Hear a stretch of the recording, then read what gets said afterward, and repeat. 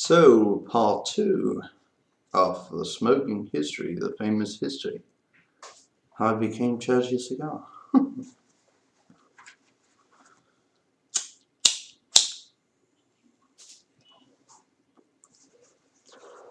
So, turned 16, had cigars. I smoked mostly cigars until then.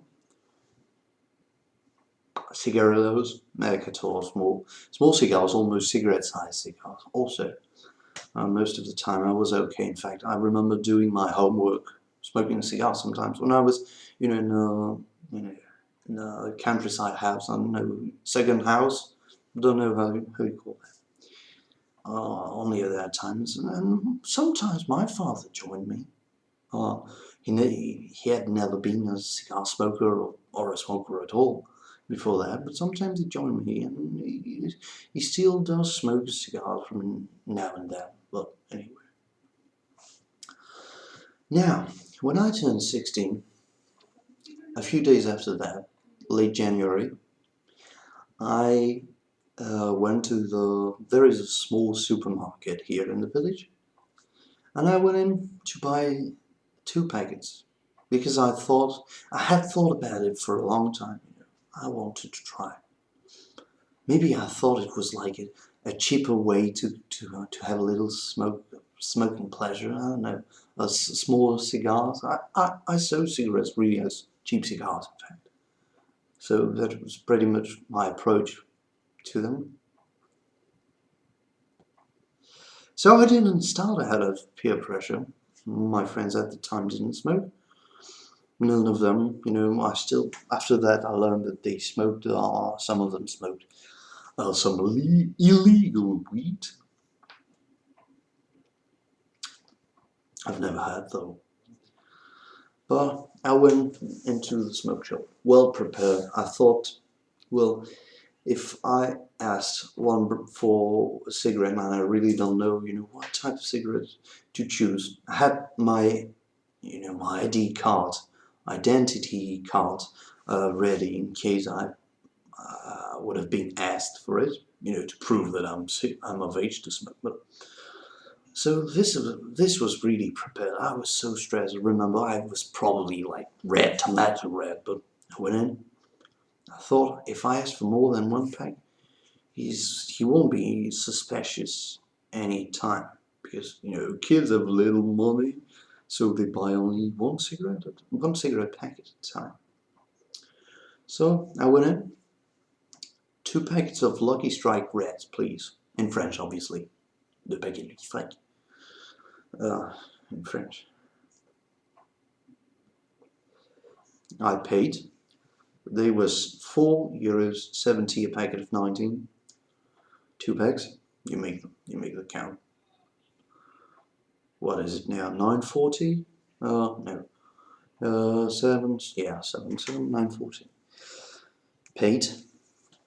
And I came back home. And I smoked the first packet. Well, I smoked the first few cigarettes. I smoked them outside, smoked them in the attic, smoked them in the cell because I was really afraid that my parent would discover this. And for a few weeks, so they didn't suspect anything. I was hiding like a button in any place I could just hide the cigarette butt.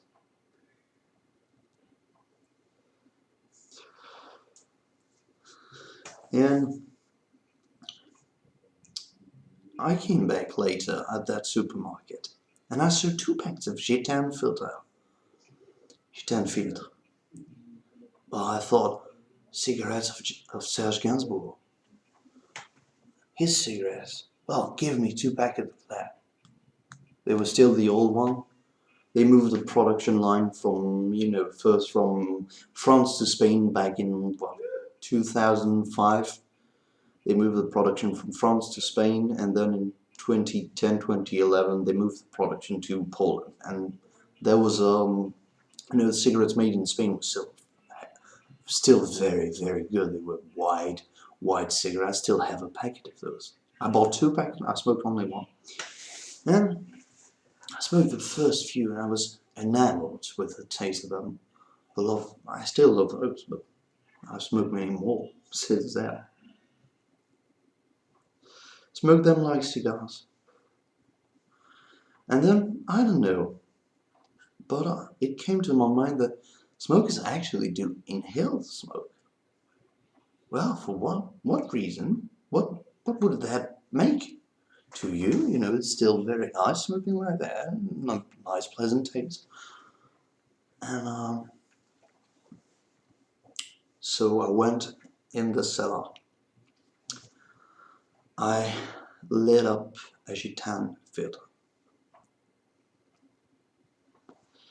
I took a few puffs, just like I would do normally until then, and then I tried inhaling. My first cigarette was a Gitane filter, and that is pretty harsh, even, you know, as regular smoke now. It's pretty harsh, because it's very similar to cigar tobacco. It has a alkaline, I just never remember that. Alkaline, anyway, a pH over 7. So that was a pretty harsh cigarette. I coughed a lot. You know, I think any smoker will tell you that the first time they cough. Basically, that is as simple as that. What is that? You must be a fool to do that.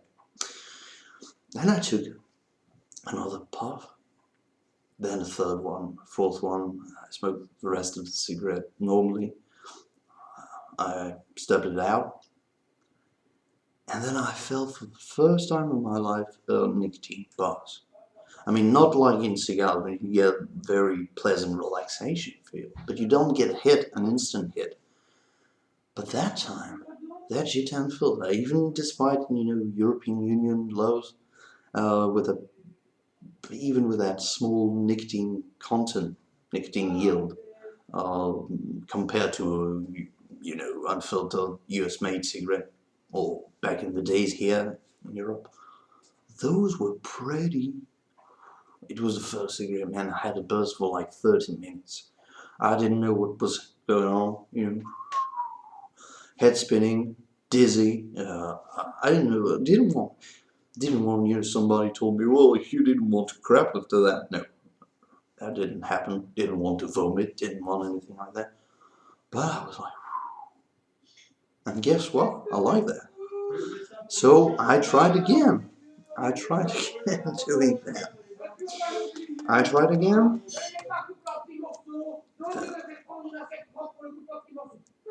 It's coming from the other room. Anyway, I don't know how many I smoked. 4. This is the 4th, 5th one. Anyway, doesn't matter. We're still not going to paradise.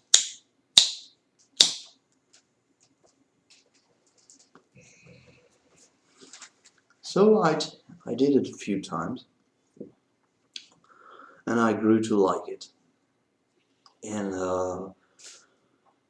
you know, after that, next time I went to the tobacco shop, I asked for another brand, and I never stuck to one brand. That is very weird.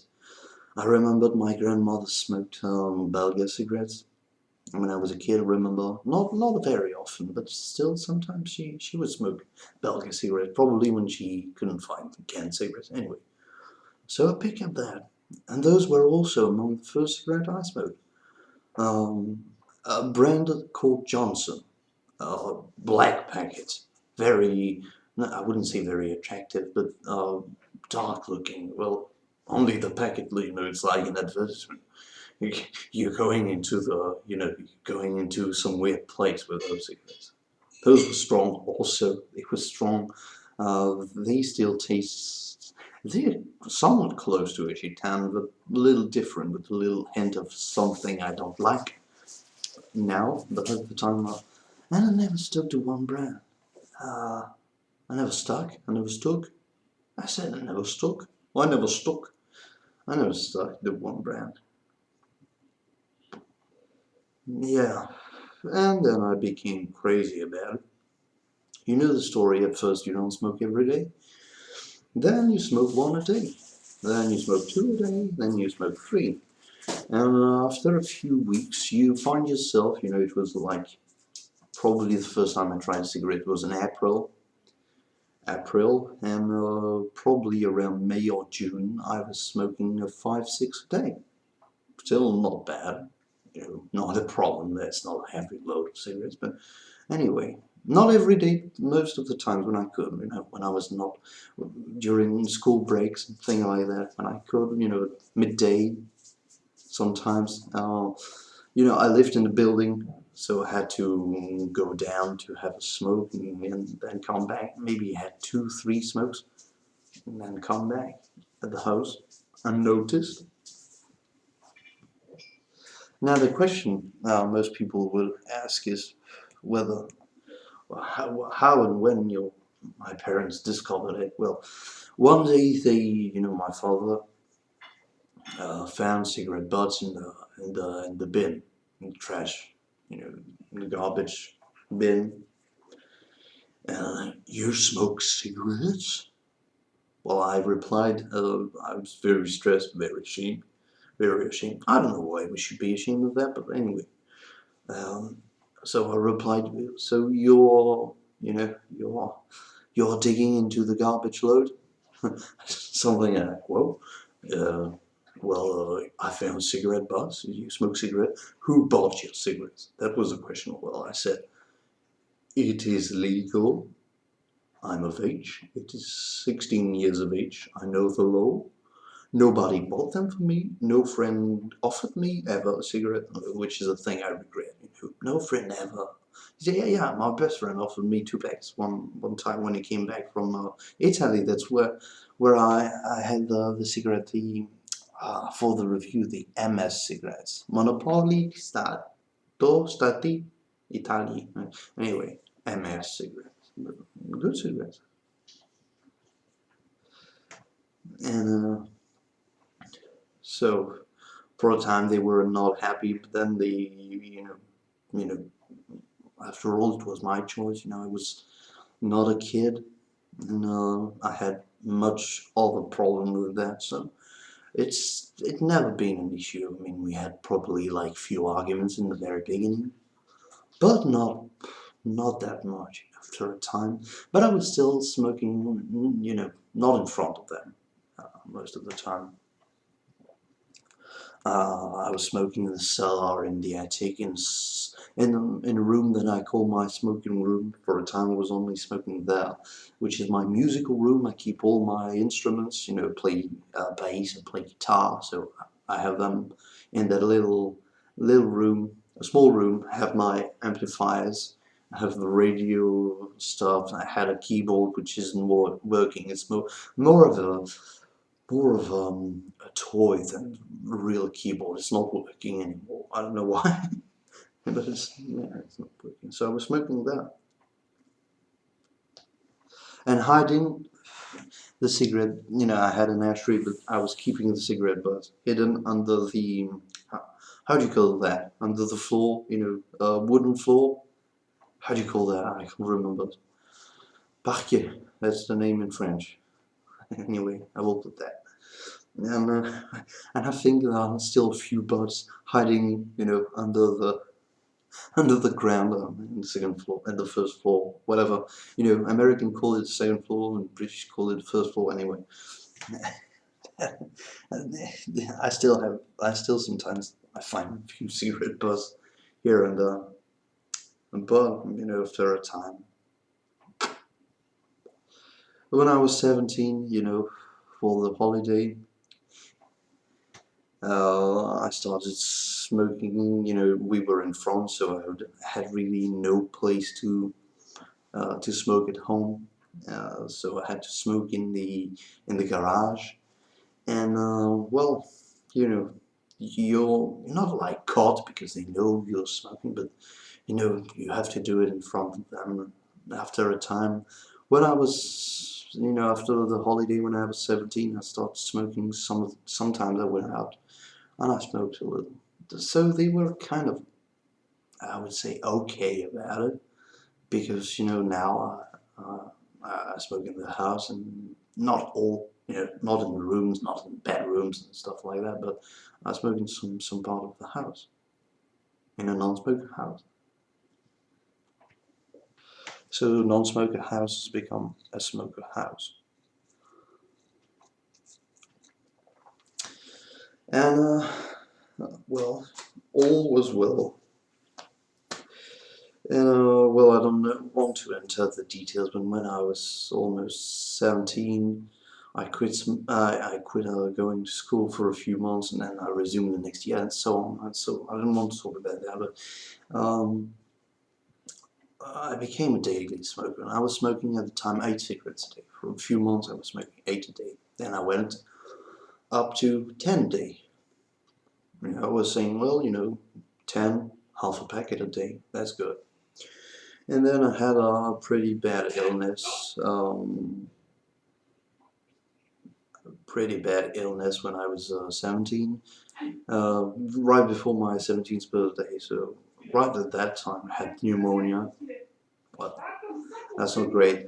But I stopped smoking for a week, and then when I resumed, I told myself, well, why not going to 12? And so for a long time I was on 12 a day. 12 a day. 12 a day. 12 a day, every day. Sometimes, when I was not feeling it, I was probably smoking 10 a day. But a few times after that, I was smoking 14 a day. And now it's pretty much the same. I told myself once, you cannot let that become a real strong addiction and end up with 2 or 3 packs a day, because I could not afford that. And it is not really possible in 2015 to smoke 3 packs a day. That is a cigarette every 20-25 minutes. Awaken. So that is really bad if you want to get a job, to go to school, whatever you want to do. Even if you want to do shopping, you cannot afford to have a cigarette break every 25 minutes. That is not possible. So I kept myself, it's a little over one every hour and a quarter of an hour, something like that. It's so 12 a day, and most of the time, might have smoked a whole packet. One time when I was a little drunk at home, and I was, problem with girls. I love you, I don't love you. Okay, so you end up the night and whiskey, bourbon whiskey. You drink a third of the bottle, and then you end up smoking a full packet of Gold Wars non-filter, because you're so sorry, you're so sad about that. But other than that, generally now I smoke 10 to 15 cigarettes a day, and I really have to say, I like it. Still, also in the story, I forgot to tell you about the pipe, but when I was 16, right before the summer, I bought myself a pipe, a Big Ben. That's the name of her. I still for that every time I hear Big Ben, because when I was in London on holiday for a few days, 3, 4 days with my mother once. It was in 2009, 2010, I don't remember exactly. But I saw in a souvenir shop, they had condoms with written on them, "Do you want to see my Big Ben? Do you want to see Big Ben?" Ever since I remember that. It was funny as hell. Yeah, funny as fuck. Want to see Big Ben? You get those little comments and you see, tonight, do you want to see Big Ben? Hell, yeah, so, what was this? Yeah, the brand of the pipe, yeah, Big Ben champion,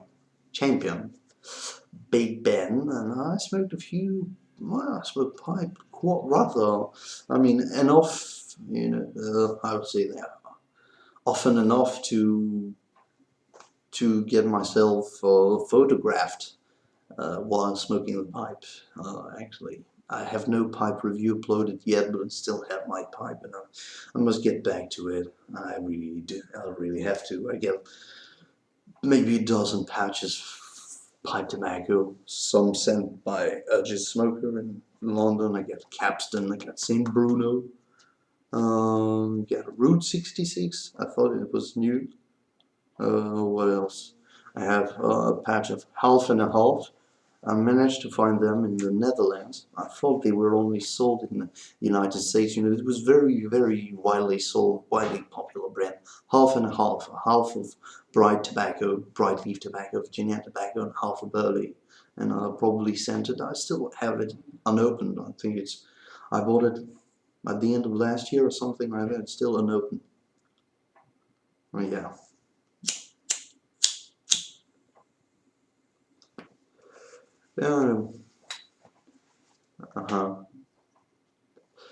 Another thing I wanted to say, you know, my doctor doesn't know that I smoke, because I don't want to go into, you know, get in a lecture on how bad smoking it is. You gotta quit smoking for this, for this, for this, for this. I don't want to argue, so my doctor doesn't know. My general practitioner doesn't know it.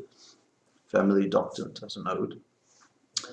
But you know, at the time when you know, I don't want to talk about that right now. But I had a few severe cases of depression in my life, and my psychiatrist knows that I smoke, and actually I was pretty surprised because he's kind of, you know, if not okay about it. Yeah, in fact, he is okay. And when he went into a trip, but that's a secret, I shouldn't tell that. But he went into a trip in Morocco last year, and he got me. No, no, it was a few years now. What, 3 years ago, or something like that? 2 or 3 years ago, he went to the United States. You know, one a day, one holiday per year, 2 weeks in the United States, and he brought back a few cigarettes from the United States. I had asked him for what, 7 packets, 8 packets, 7 packets, packet of Marlboro Red, packet of Winston Red, packet of Camel non-filter, packet of no Lucky Strike non-filter, no, Camel White. No, I think it's pretty much it. Camel filters. Yeah, thing, and 2 packets of Marlboro Red, something like that. I can't remember exactly. 2 packets of Camel Whites, anyway. And so I had, for the first time in my life, the opportunity to smoke American cigarettes, and ever since, you know, I've done packs with the guys.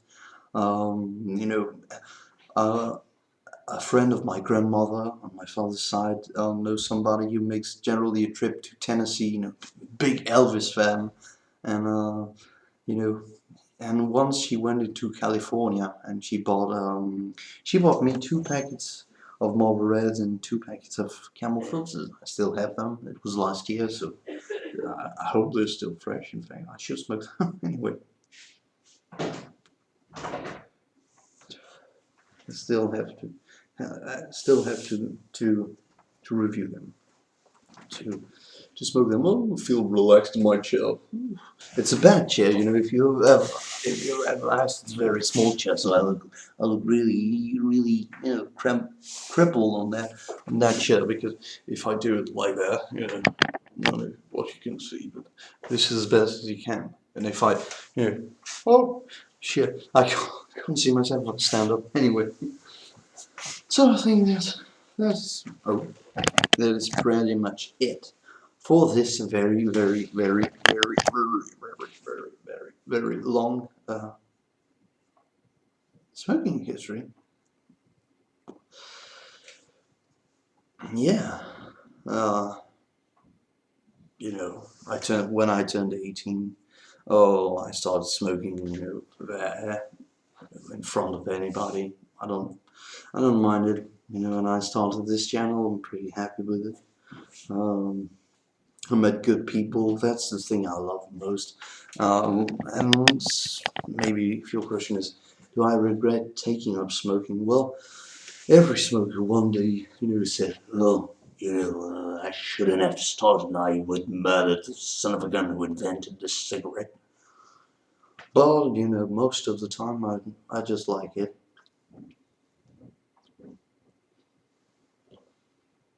very light. You can chain smoke them, no problem.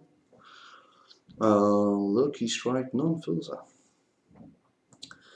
And yeah, so most of the time I'm happy with it. I'm not happy with all the shit that's coming at us. Smoking bans, tax hikes, those things are really, you feel. I know the comparison shouldn't be made, but I feel a little like a Jew probably in the 1930s in Germany, in Nazi Germany. So you see all those laws coming at you. Well, you can't smoke here. Well, I used to smoke there. Well, now you can't smoke there. Smokers not allowed. Well, you're allowed, but without your cigarette. Well, that's pretty much, you're allowed here without your religion. I consider this being my religion. So, yeah, I'm not happy with that. I'm angry most of the time about new laws and things like that. Plain packaging. Really fucking annoying. But anyway, you gotta live with that. So for the years, as long as I can, no, I won't quit smoking. I really like it.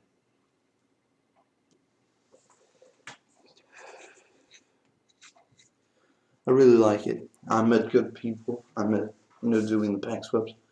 I had access to cigarettes from the United States, cigarettes from Greece, cigarettes from parts of Germany where I've never been, where I never ever been.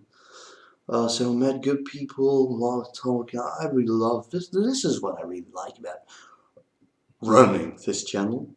Is the interaction. It's not for the money. The video, I put the advertisement thing on the video. Maybe I should not, but at first, well, whatever.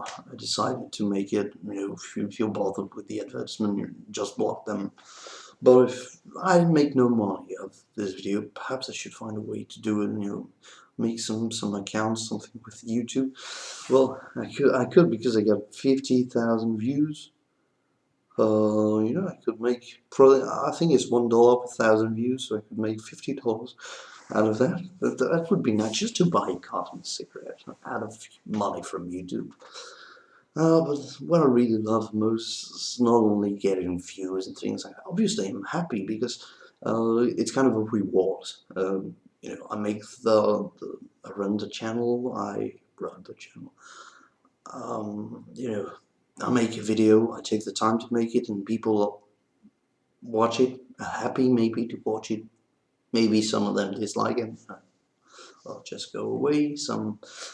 Sometimes you find a non-smoker or anti-smoker coming at you. Well, here you smoker, you're all gonna die.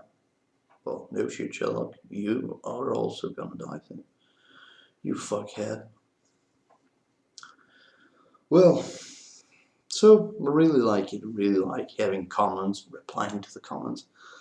I really love it. So, well, I think I'm gonna stop here. I've pretty much, I don't know, emptied my mind about that. Smoking history, which was promised for a long time. It's a pretty long video, 15 minutes long, for both videos. So if you watched both of them, I thank you. Thank you again. An apple a day keeps the doctor away as long as you aim well. Don't forget to rate, comment, subscribe, and share. Still it.